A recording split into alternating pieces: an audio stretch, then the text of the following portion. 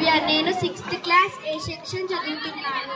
నేను ఇప్పుడు పద్యాలు అలానే దాంతో భావాలు కూడా చెప్తున్నాను. ఉపకారికి ఉపకారము విపరీతము కాదు సేయ వివరింపంగన్, అపకారికి ఉపకారము నెపమెన్నక సేయువాడు నేర్పరి సుమతి. మనకి మేలు చేసిన వాడికి తిరిగి మేలు చేయడం గొప్పేం కాదు, మనకి కీడు చేసిన వాడికి కూడా మేలు చేయడమే గొప్పతనం.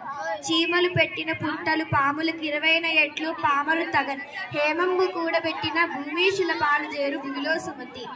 ఎంతో కష్టపడి చిన్నవైన చీమలు పుట్టను గొప్పగా కట్టుకుంటాయి, కానీ దాంట్లో పాములు వచ్చి నివసిస్తాయి.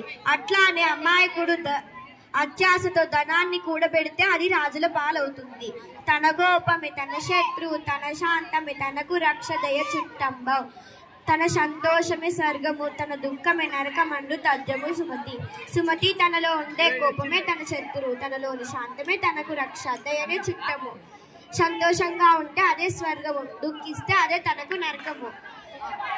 ఎప్పుడు సంపద కలిగినప్పుడు బంధువులు వద్దురదే ఎట్లన్నాను, దెప్పలుగా చెరువు నిండిన గంపలు 10,000 చేరు గదరా సుమతి.